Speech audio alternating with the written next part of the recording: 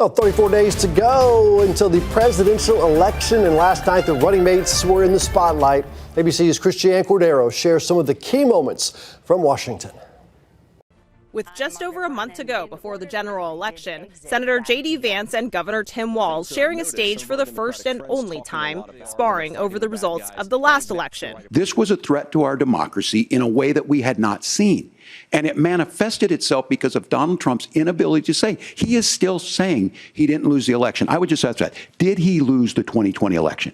Tim, I'm focused on the future. Did Kamala Harris censor Americans from speaking their mind in the wake of the 2020 COVID situation? That is a damning non-answer.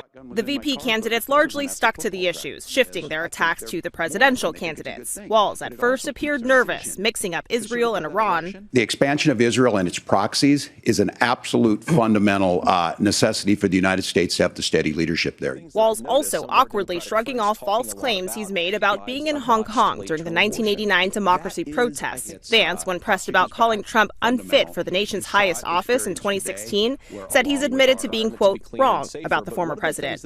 And while on immigration, Vance sidestepped his more recent attacks against Haitian immigrants in Ohio. The back and forth led to the moderators muting the microphones. Gentlemen, the audience can't hear you because your mics are cut.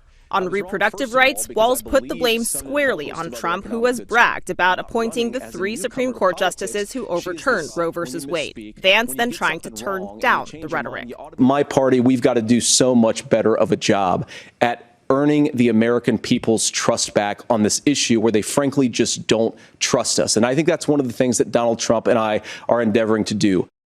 And today, the Harris-Walz campaign says the VP candidate will embark on a media blitz of his own, including 2 national interviews. Christiane Cordero, ABC News, Washington.